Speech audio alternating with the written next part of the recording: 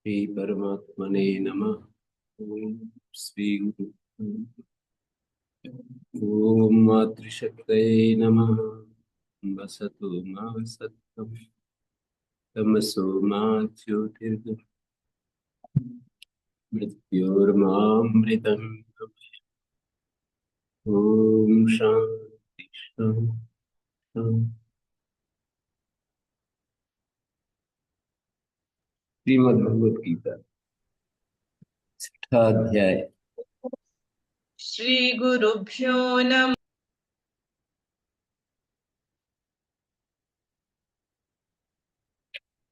तो यहाँ पर छठे अध्याय में ये दिखाया है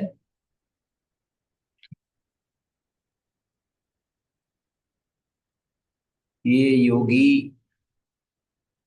कैसे कैसे अगले जन्म में पहुंचता है।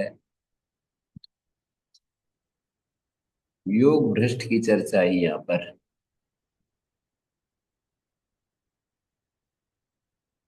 उसका उत्तर दिया श्री भगवान ने।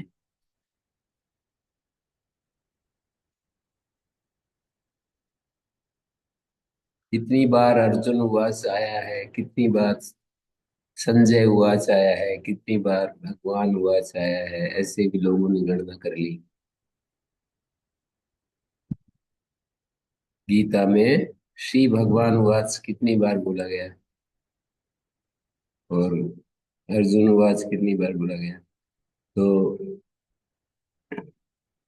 अर्जुन ने पूछा था कि अयति है कोई, मानी जिसका प्रयत्न शिथिल है, अयति। तो अयति है श्रद्धा से उपेत है।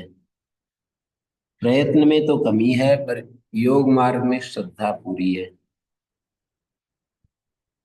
योगाचरित मानस है। लेकिन साथ में ये भी है कि अंत काल में योग से उसका मन हट गया। पूरा मन योग में स्थिर नहीं रहा।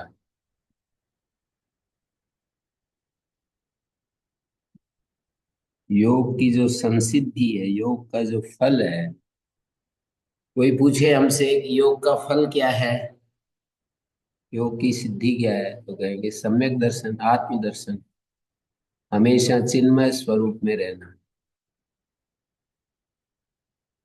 हम हमेशा चिन्मय स्वरूप में नहीं रहते।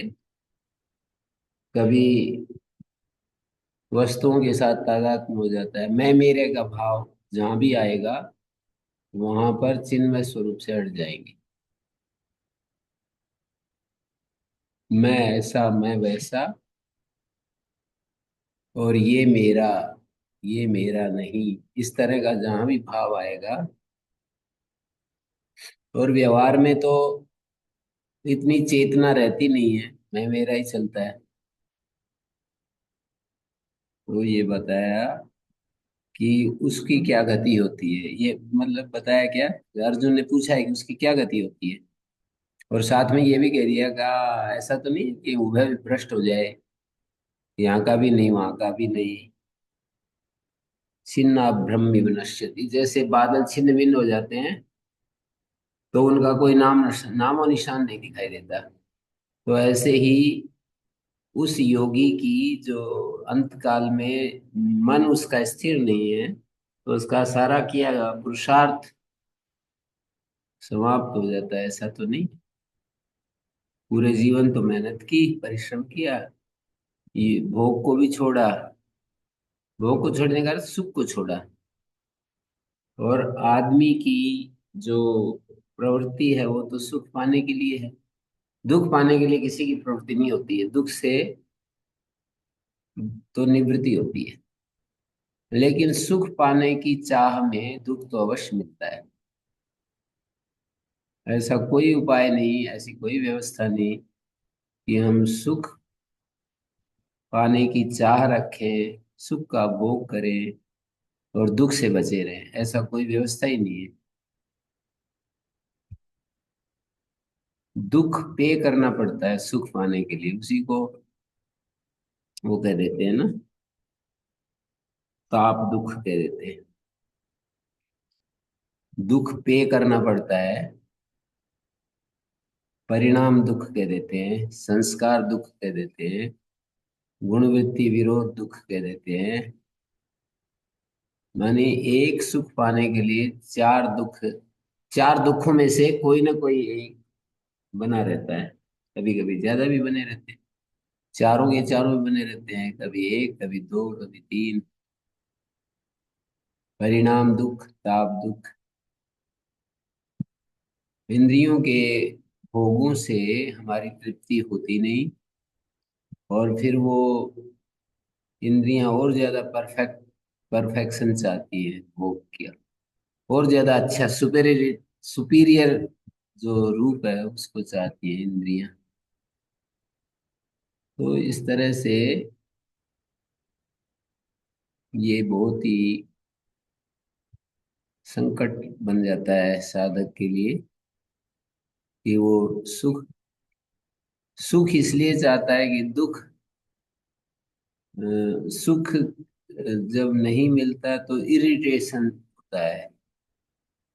सुख नहीं मिलता तो इरिटेट हो जाता है, चिड़चिड़ा हो जाता है, बहुत ही ज्यादा उसको शोक घेर लेता है। उसको शोक बोलते हैं। जब सुख नहीं मिलता तो शोक संतप्त हो जाता है, उदास हो जाता है, और उसका मन खिन्न सा रहने लगता है। तो उस व्यक्ति को, गीता तो पूरे गीता शास्त्र शोक और मोह को समाप्त करने के लिए है। नष्टो मोह स्मृतिर्लब्धा, पूरे इसमें माँ शुच, शुच शब्द भी आता रहता है, शोक मत कर। और मोह नष्टो मोह स्मृतिर्लब्धा तत्प्रसादात् मयाच्युत। तुम्हारी कृपा से मैंने, मेरा मोह तो नष्ट हो गया है, और मेरा वो हो गया है, शोक मैंने नष्ट कर दिया है।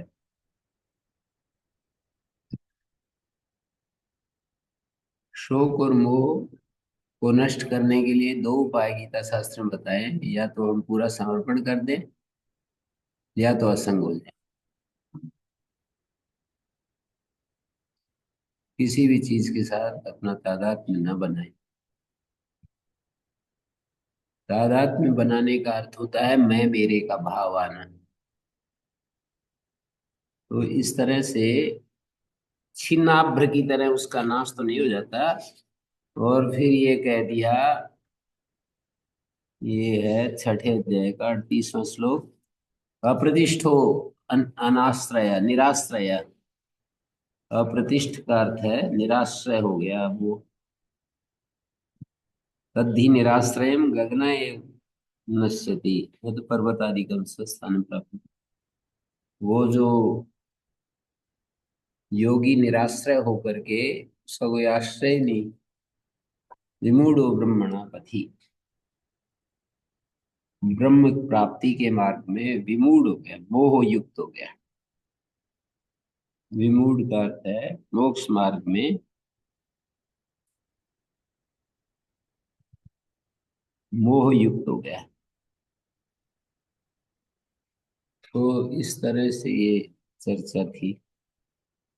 ये मेरा संशय तुम, केतन में संशय में ये सब हो गया है, लेकिन मैं दोबारा दोबारा करता हूँ। कोई कोई चीजें बहुत महत्वपूर्ण होती है, उसको बार बार चर्चा करनी होती है। पारायण तो कर नहीं रहे हैं अखबार की तरह, जितना चीजें दिमाग में बैठ जाए उतना ही अच्छा है। एक असकृत आवृत्ति असकृत उपदेशा, ऐसा आता है ब्रह्म सूत्र में। आवृत्ति असकृत उपदेश सुना जाता है, इसलिए आवृत्ति होती है। विषय की आवृत्ति करनी होती है। क्योंकि वो है ना, एक सांख्य में सूत्र आता है कि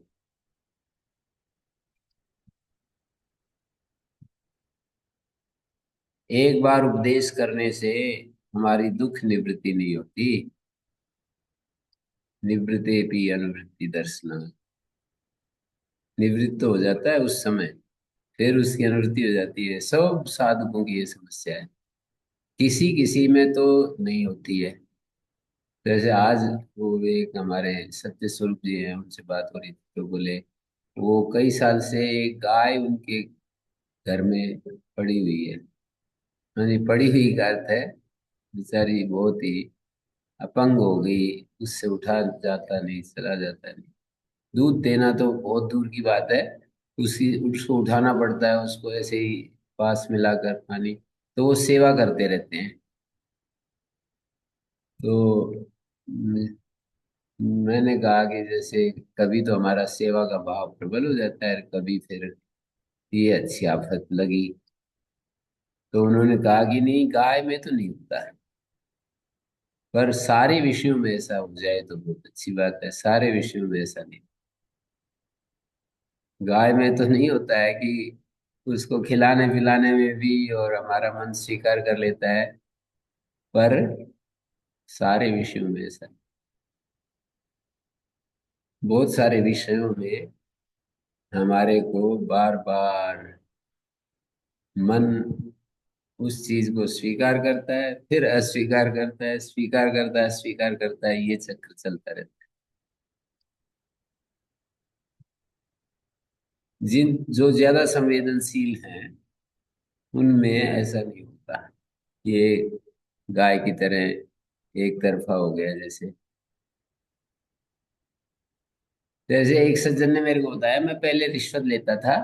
रिश्वत का अर्थ है 2 नंबर पैसे मैं लेता था, लेकिन मैंने समझ लिया कि ये तो बहुत गलत काम कर रहा है। तो 20 साल से वो, 20 या ज्यादा ही हो गया, 25-30 साल से ऐसे ही चल रहा है उनका, बढ़िया।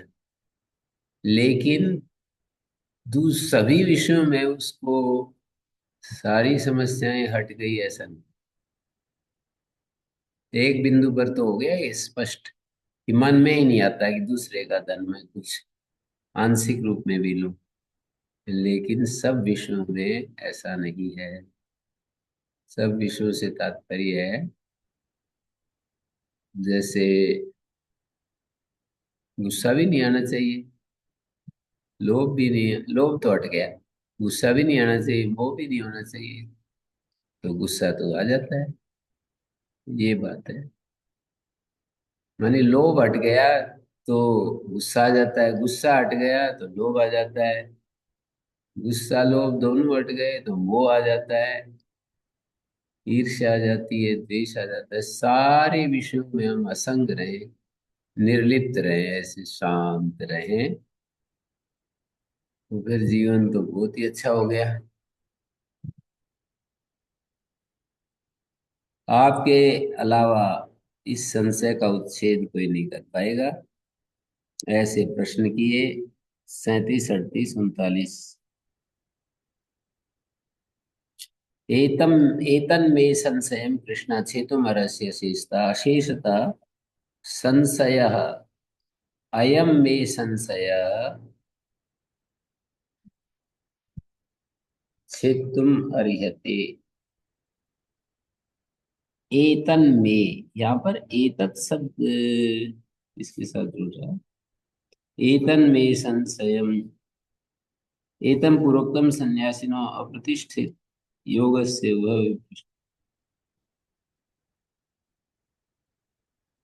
एतन में, एतत्, एतन में मम संशयम कृष्ण छेतुम अपने तुम रस्य शेषता मत्तो अन्य कश्चित् ऋषिर्वा देवो वा तदीयं संशयम छेत्स्यति। मेरे से भिन्न कोई ऋषि, कोई देवता वो हटा देगा? बोले नहीं, कोई नहीं मिलेगा आपके सिवाय, और कोई मेरे को ऐसे इस संशय का नाश करने की वाला नहीं मिलेगा। तो ये एतन में संशयम,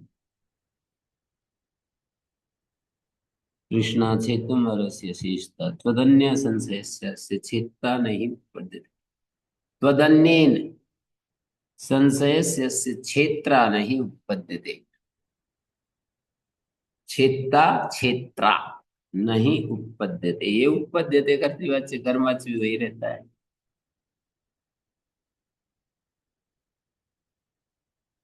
कच्चित नो भय विभ्रष्टेन भूयते छिन्ना ब्रह्मिव नश्यति छिन्नाभ्रेणिव नश्यते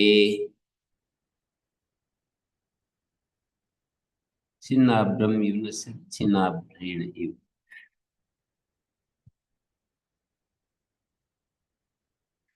छिन्नाभ्रमिव न नश्यति। क्वचित संन्यास स्वीकारात कर्म मार्ग भ्रंश योग स्वीकारात। संन्यास स्वीकार किया तो कर्म मार्ग का काम का नहीं रहा, और योग पूरा हुआ नहीं। योग मार्गात भ्रंश उभय भ्रंशवान उभय भ्रष्ट।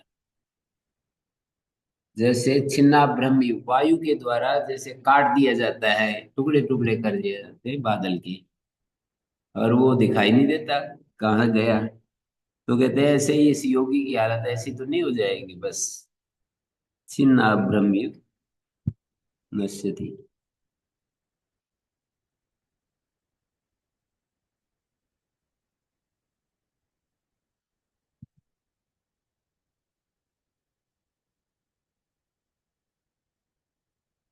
तो श्री भगवान ने फिर कहना शुरू किया कि पार्थ नैवेह नामुत्र विनाशस्तस्य विद्यते तस्य विनाशे न विद्यते न इह नाम। इस लोक में भी और उस लोक में भी कोई नाश नहीं। कल्याणकृत कश्चित् दुर्गतिम तात गच्छति। नहीं कल्याण कृता हेतात नहीं कल्याण कृता केनचित् अपि दुर्गति गम्यते। कल्याण कृता केनचित् दुर्गति गम्यते। दुर्गतिम गच्छति दुर्गति गम्यते, ऐसा। अच्छी राह पर चलने वाले के लिए कोई घाटे का सौदा नहीं है, ऐसे मोटी भाषा में कहें। अच्छे राह अच्छी राह पर चलने वाले के लिए घाटे का कोई सौदा नहीं है। जितने दिन चला उसका एक संस्कार बनेगा, उससे अच्छे अच्छे कर्माशय बनेगा। उस कर्माशय के बल से फिर वो आगे की क्या कहानी है वो दिखा रहे हैं।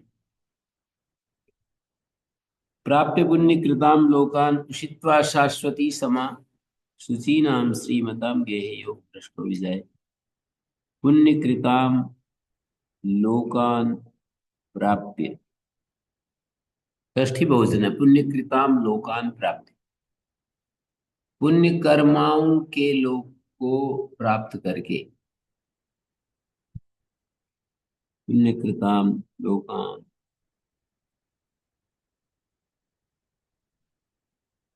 और पुण्य कृताम लोग कौन से हैं? अश्वमेध आदि यज्ञ करने वाले लोग, जिन लोगों को जब प्राप्त होते हैं।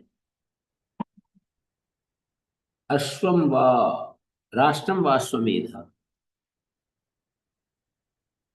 अश्वमेध यज्ञ करने वाले, राष्ट्र यज्ञ करने वाले, जो बहुत ज्यादा समस्याओं से जूझते हुए मन को स्थिर रखते हुए फिर जो लगे रहते हैं उत्तम काम में, तो वो पूरे देश का शासक के रूप में, ऐसे मौज लेने के लिए राजा नहीं होते हैं। राजा को यदि उस दृष्टि से देखोगे, वो बहुत ज्यादा जिम्मेदारी का काम है, और हमेशा किसी के साथ अन्याय ना करे, और अपने सुखों की कोई परवाह नहीं, और किसी के लिए भी उसको कोई वो लेना देना नहीं। तो ऐसे लोग, ऐसे जो राजा होते हैं, वो वहां जाते हैं स्वर्ग लोक में। तो पुण्य कृताम लोकान शाश्वती समा वासनाम, वासम अनुभूय शाश्वती नित्या समा संवत्सरान। समा का अर्थ है बहुत सारे संवत्सर। योग मार्गे प्रवृत्ता सन्यासी सामर्थ्यात् प्राप्य गत्वा पुण्य कृताम लोकान। पुण्य कर्म करने वालों के लोक को प्राप्त होकर के शाश्वती समाउषित। शाश्वती समा शब्द जो है इसका अर्थ होगा नित्य संवत्सर, बहुत लंबे लंबे वर्षों तक वहां रहकर ऐसी कहेंगे। इसी नाम श्रीमताम गे अभिजाय देखो सो योग भ्रष्टा योग मार्गे प्रवृत्तः सन्यासी। योग मार्ग में प्रवृत्त जो सन्यासी है उसको योग मार्गे प्रवृत्त सन्यासी।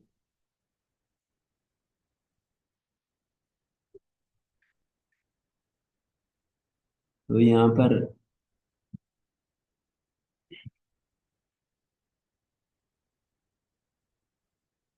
योग मार्गे प्रवृत्त सन्यासी ऐसी उसकी स्थिति होती है। सामर्थ्यात् पुण्य कृताम लोकान गत्वा। योग मार्ग में जो प्रवृत्त हुआ हुआ सन्यासी है वो पुण्य कृताम लोकान प्राप्य शाश्वती समाउषित्वा शुचीनाम श्रीमदाम गेहे योग भ्रष्ट विजयते।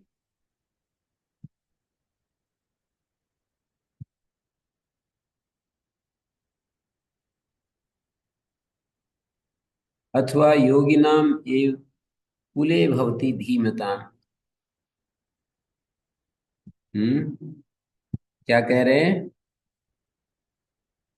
देखिए, पुण्य कर्मों के लोगों को प्राप्त होकर और शाश्वत नित्य संवत्सर अर्थात लंबे लंबे कालखंड में सु वहां पर वास करके पवित्र आत्मा श्रीमानों के घर में पैदा होता है।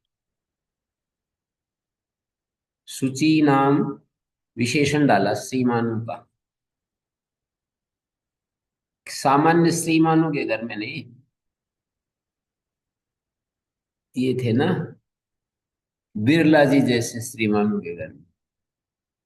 बिरला जी के लिए आता है ना कि वो थे तो बहुत ही संपन्न थे लेकिन बहुत ज्यादा विवेकशील व्यक्ति थे, ऐसा कह रहे हैं। शुचीनाम श्रीमताम गेह योग भ्रष्टेन विजन्यते। अथवा योगिनाम एक कुले भवति धीमताम, या फिर सीधा धीमान योगियों के कुल में ही पैदा हो जाता है। एतद्धि दुर्लभ तरम योगिनाम एव धीमताम कुले जन्मना भूयते। एतद्धि दुर्लभ तरम लोके जन्म यदि क्षम। ऐसा जो जन्म होता है बहुत मुश्किल से मिलता है। निर्धन योगियों के घर में पैदा हो जाए तो ये कह दिया मुश्किल है ये जन्म।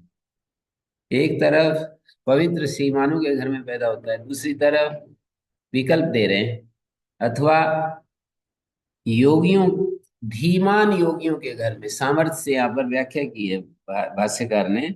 श्रीमान योगियों के घर में अर्थात श्रीमताम कुलात अन्यस्मिन योगी, तो फिर निर्धनी होंगे। दरिद्राणाम कुले भवति जाए धीमताम बुद्धिमताम। धीमान है पर दरिद्र है, प्रज्ञावान है संयमी है पर दरिद्र है, साधनहीन है। एतद्धि दुर्लभ तरम, ये जन्म तो बहुत मुश्किल से मिलता है। तो वो योग भ्रष्ट की इस जन्म प्रणाली को बता रहे हैं। योगिनाम एव कुले भवति दीमताम एतद्धि दुर्लभ तरम लोके जन्मेदित्रिशम। एतेन ही दुर्लभ तरेण लोके जन्मना यदित्रिशेण पूयते।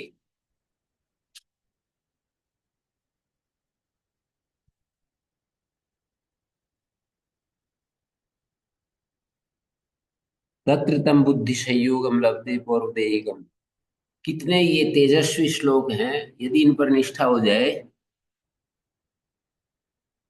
कोई कह रहा, आज मैं रास्ते में आ रहा था ना तो सुनाते आ रहे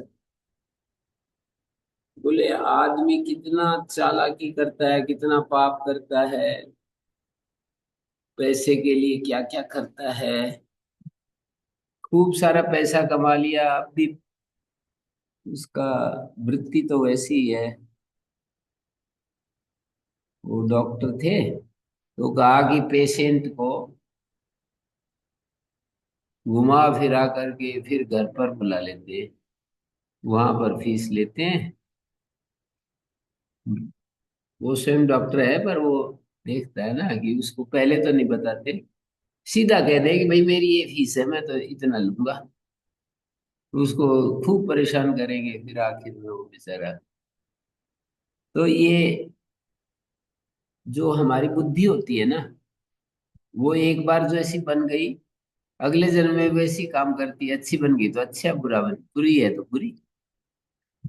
इस जन्म में जैसी बुद्धि वैसी ही बुद्धि अगले जन्म में मिलती है। इस जन्म में छल कपट चालाकी, दूसरों को कष्ट देने में कोई परवाह नहीं है।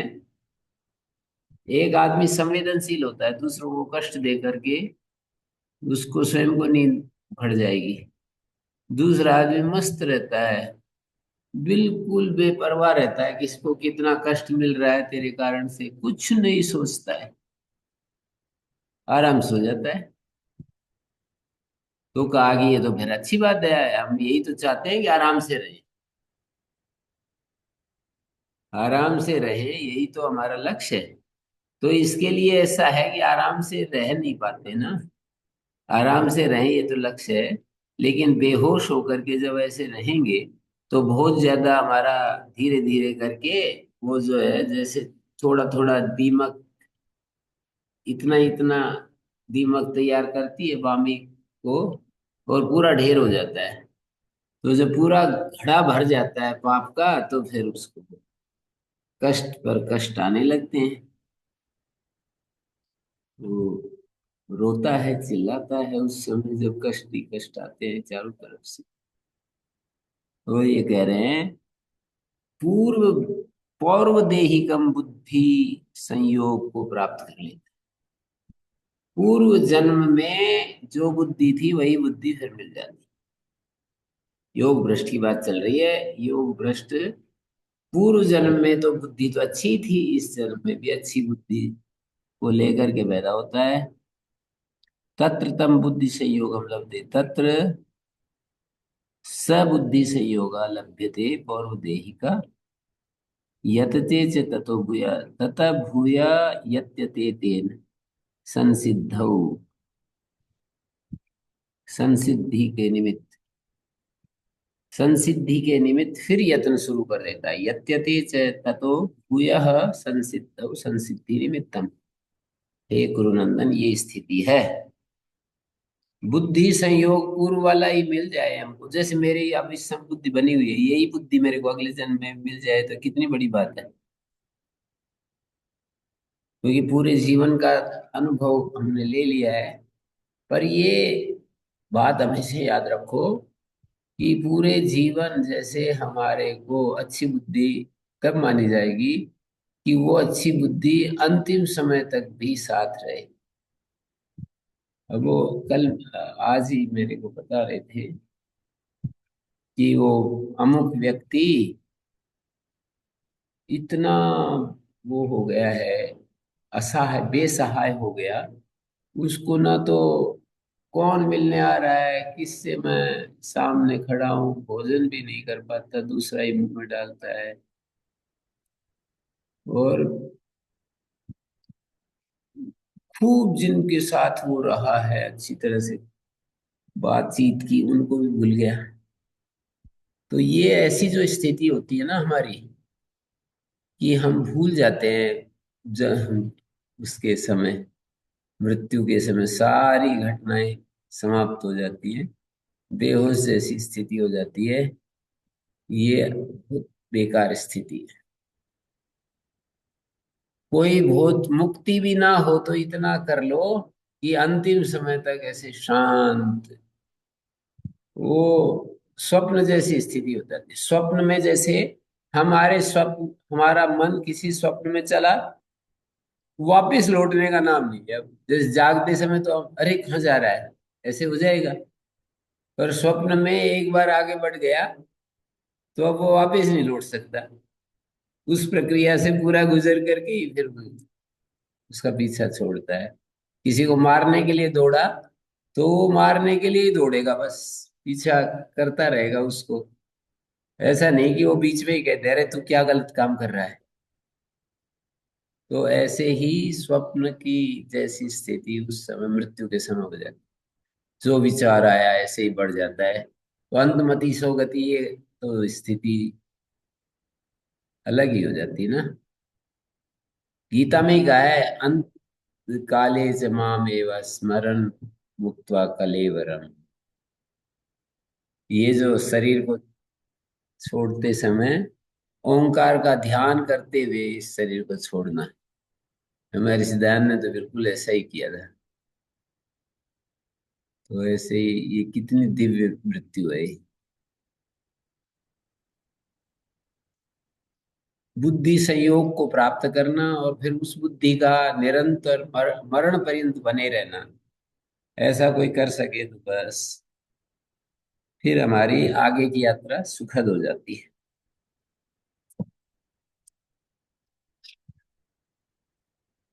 पूर्वाभ्यासेन तेनैव ह्रियते यवसोऽपि सः जिज्ञासुरपि योगः सम्माति वर्तते।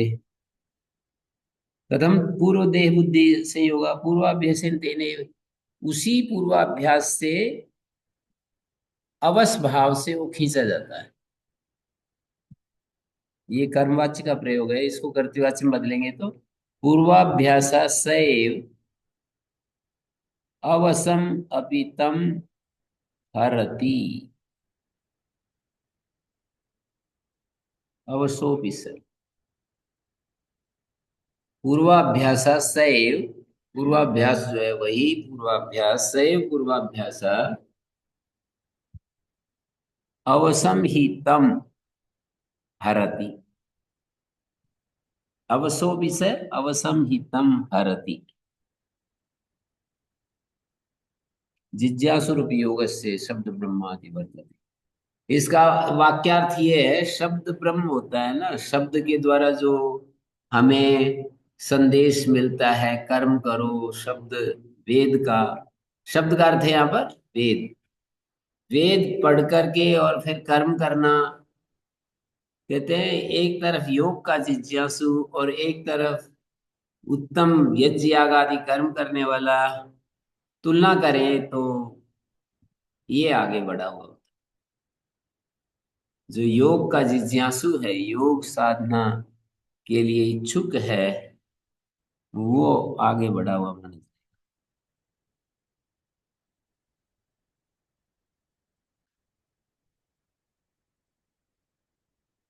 जिज्ञासु रपि, जिज्ञासु भी शब्द ब्रह्म का अतिक्रमण कर जाता है। तो वास्तव में जो साधक है, जिसकी जिज्ञासा शांत हो गई है, थोड़ा आगे बढ़ गया है, उसकी तो कहना ही क्या। ऐसा यहाँ पर कह रहे हैं, जिज्ञासु रपि योग से शब्द ब्रह्माति वर्तते। शब्द ब्रह्म शब्दो वेदा तद रूपम ब्रह्म शब्द। शब्द ब्रह्म का अतिक्रमण करने का अर्थ है, शब्द ब्रह्म से जो हमारी साधना चलती है ना, क्या है वो, वेद के आधार पर साधना तो कर्म की चलती है, ऐसा यहाँ पर मान रहे हैं। वेद तो हमें कर्म का, माने वेद, आरण्यक और उपनिषद, वेद में आकर ग्रंथ होते हुए भी वेद गोवलीवर्द न्याय से वेद यहाँ कर्म का प्रतिपादक मान लिया जाएगा। वेद में तो सारी चीज है, उपनिषद भी हैं, आरण्यक भी हैं, पर आरण्यक और उपनिषद को यदि अलग से कथन कर रहे हैं तो वेद फिर केवल जो कर्मकांड वाला भाग है वो लिया जाए। गोवलिवर न्याय, गो शब्द से बैल भी लिया जाता, गाय भी ली जाती है और सांड भी लिया जाता है। लेकिन गोवलिवर्त शब्द प्रयोग करेंगे ना, तो गो शब्द गाय, स्त्री गाय के लिए ही वाचक बनेगा, ना कि पुंगों के लिए। क्योंकि पुंगों के लिए तो बलिवर्द आ गया। अकेला गो शब्द यदि है तो स्त्री गो का भी कह सकता है, पुंगो का भी कह सकता है। लेकिन बलिवर्द के साथ यदि एक गो शब्द है तो फिर अलग स्थिति बनेगी। तो शब्द ब्रह्म, वेद रूप ब्रह्म का क्या काम है, यज्ञ याग आदि में उसका जो विनियोग है उस भाग को लिया जाएगा। आरण्य उपासना भाग वाला ग्रंथ है और उपनिषद ज्ञान वाला भाग है।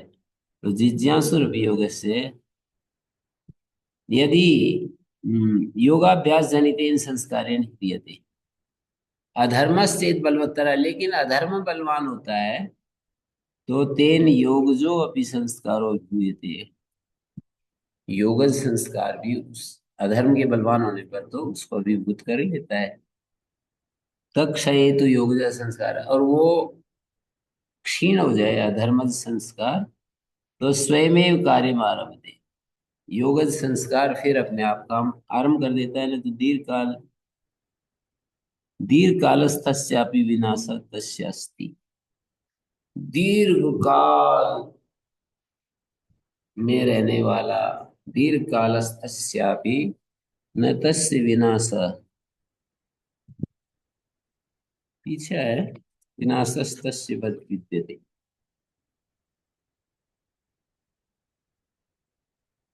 ऊपर लिख, विनाशस्तस्य विद्यते है। हाँ, नैवी नामुत्र विनाशस्तस्य विद्यते, 40वें श्लोक में विनाशस्तस्य विद्यते कहा। अपने पूर्व अभ्यास से वो अवश्य भाव से खींचा जाता है। जिज्ञासु मात्र भी शब्द ब्रह्म का अतिक्रमण कर जाता है। शब्द ब्रह्म माने वेद का जो कर्म कांड भाग है उसका अतिक्रमण कर जाता है।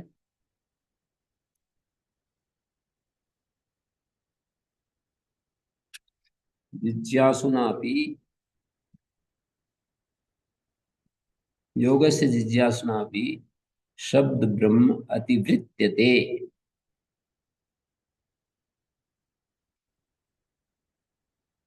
योग स्वरूपम ज्ञातुम इच्छन अपि योग मार्गे प्रवृत्ता सन्यासी योग भ्रष्ट सामर्थ्य शोभी शब्द ब्रह्म वेदोक्त कर्मानुष्ठान फलम, वेदोक्त कर्मों के अनुष्ठान का जो फल है उसका अतिक्रमण कर जाता है। उसकी तो बात ही क्या, बुद्धि से जो योग को और उस तन्निमित्त तन्निष्ठ अभ्यास को कर रहा है उसकी तो बात ही क्या है।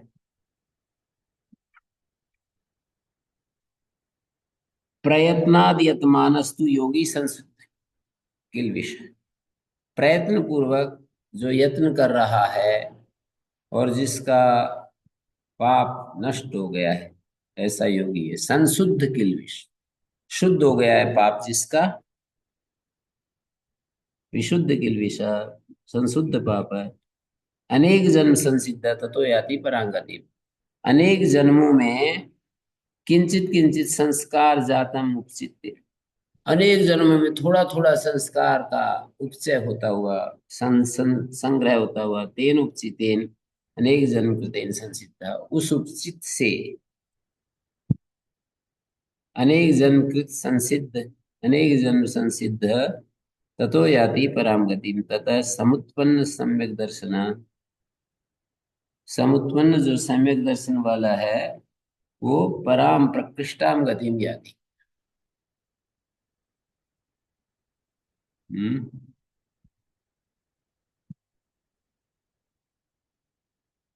प्रकृष्ट गति को प्राप्त करता है।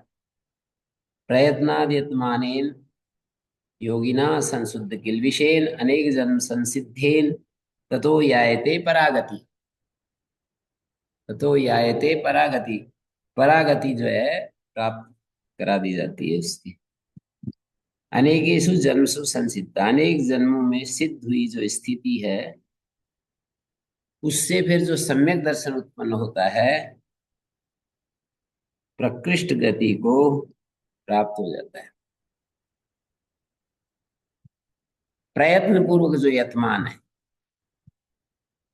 और जिसने अपने चित्त के दोष दूर कर लिए, चित्त के दोष तो यही है, गुस्सा आ जाता है तुरंत, लोभ आ जाता है, कामनाएं पैदा हो जाती है, राग आ जाता है, द्वेष आ जाता है, ईर्ष्या आ जाती है, अहंकार आ जाता है, ममकार आ जाता है, ये सारे चित्त के दोष हैं। आप देखिए, कभी कुछ, बस दोस्तों के सिवाय। अच्छा भी बीच बीच में आता है, ऐसा नहीं कह रहा हूँ, पर ये खिचड़ी सी बनी रहती है कभी। वो एक चित्त की स्थिति ऐसे चलती है, मानी छिन्न होती होती चलती है, ऐसे एक साथ नहीं चलती। जैसे एक कोई धागा है पूरा ऐसे बना हुआ, ऐसा नहीं होता है। मानी एक एक बिंदु बिंदु चित्त जो है काम करता है। बिंदु बिंदु का अर्थ है कि एक एक क्षण में से गुजरता है, उस क्षण में जो स्थिति है उससे अगले क्षण में भी वही स्थिति रहे, ऐसा नहीं होता है। दूसरी स्थिति आ जाती है, फिर उस दूर तक उस वही स्थिति एक एक क्षण में से गुजरती है, फिर होश आता है तो फिर वो अच्छी। तो ये सारा देवासुर संग्राम निरंतर होता रहता है। अनेक जन्म संसिद्धा तो याति पराम गति।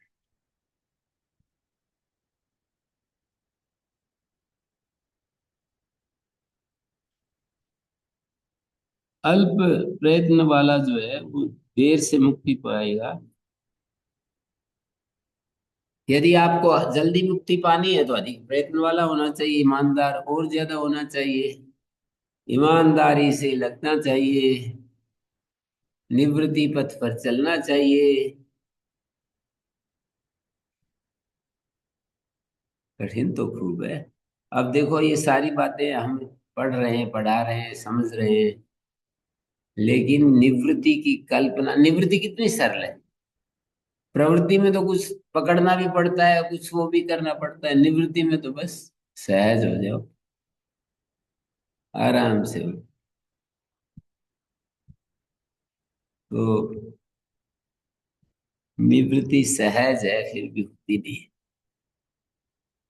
क्योंकि निवृत्ति में हमको ऐसे लगता है कि जीवन सार्थक नहीं हो रहा। निवृत्ति में ऐसा लगने लगेगा, लगता है, लगने लगता है कि जीवन सार्थक नहीं हो रहा। माने जीवन की सार्थकता इसी में मानी जाती है कि हम परोपकार करें, हम लोगों की सहायता करें, लोगों को हम उधार पैसे बांटें या मुफ्त में बांटें, जो भी।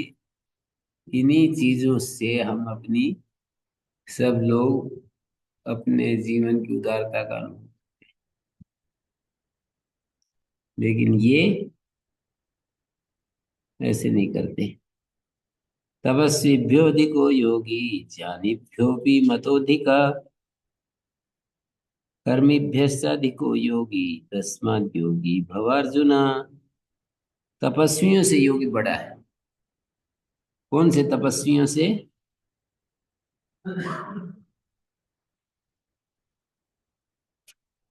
योगी तपस्वियों से बड़ा है। कैसे तपस्वियों से बड़ा है? ज्ञानिभ्यो भी मतोधिक, और ज्ञानियों से भी अधिक मत माना गया है योगी। ज्ञानियों से भी अधिक माना गया है। तपस्वीभ्यो अधिको योगी,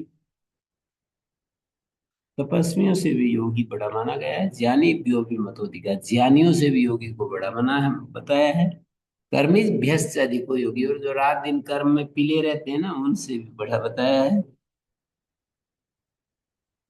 कर्मी भ्यस्त अधिको योगी तस्माद् योगी भव अर्जुन। इसलिए हे अर्जुन, योगी हो जाओ।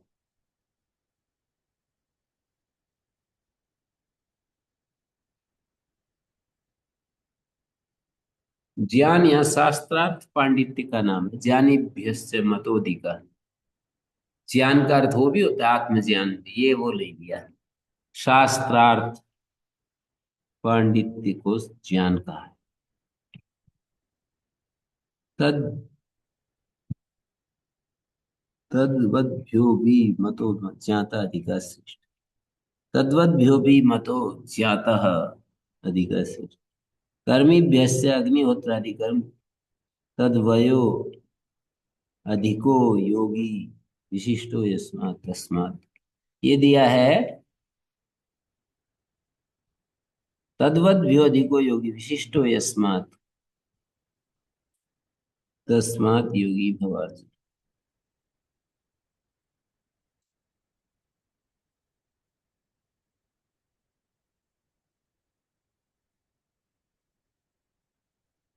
तभी तपस्वी ज्ञानी दो, कर्मी तीन, योगिनामपि सर्वेषां मद्गतेन अंतरात्मना, मेरे में पहुंची हुई अंतरात्मा सभी योगियों में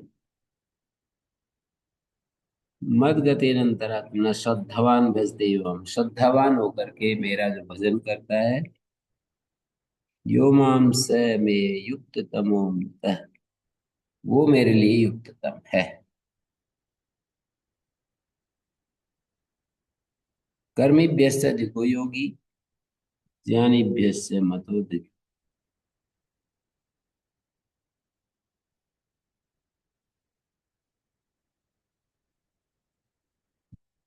ज्ञानिभ्यो भी मतोधिका, योगी को ज्ञानी से भी बड़ा बताया। ये ज्ञानी जो है उस अर्थ में है,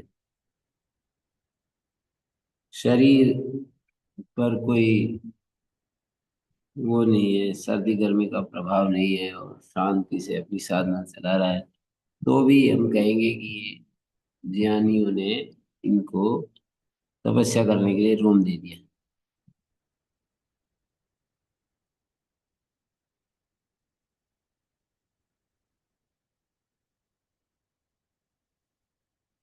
योगिना में भी सर्वेशम, सारे योगी जितने भी योगी हो सकते हैं, रुद्र आदित्य आदि ध्यान पराणाम मध्य मदगतेनंतरात्मना मयि वासुदेवे समाहितेन अंतरात्मना अंतःकरणेन शुद्धावान सद्दधाना सन भजते सेवते यो माम स मे युक्तितमो मतः। अपनी आत्मा में हम, ये अंतरात्मा कहते हैं ना, अपनी आत्मा में पहुंचा हुआ जो सर्वे योगिनामेव सर्वेषां मद्गतेन मयि वासुदेव समाहितेन अंतरात्मा, मद्गतेन अंतरात्मा इसमें समाहितेन वसुदेवे समाहितेन अंतरात्मना अंतःकरणेन श्रद्धावान सद्दधान सन भजते सेवते यो माम स मे मम युक्ततमा अतिशयन युक्तः। मद्गतेन अंतरात्मा जो है अंडरलाइन करने लायक है कि मेरे में पहुंचा हुआ जिसका अंतरात्मा और श्रद्धावान है, बस फिर तो युक्ततम की श्रेणी में आ जाएंगे। यो माम पश्यति सर्वत्र सर्वम च मयि पश्यति।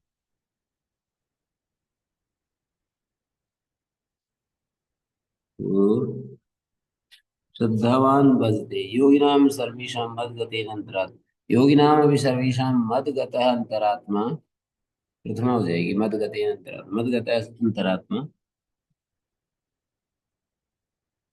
श्रद्धावता भज्यते ये नाहम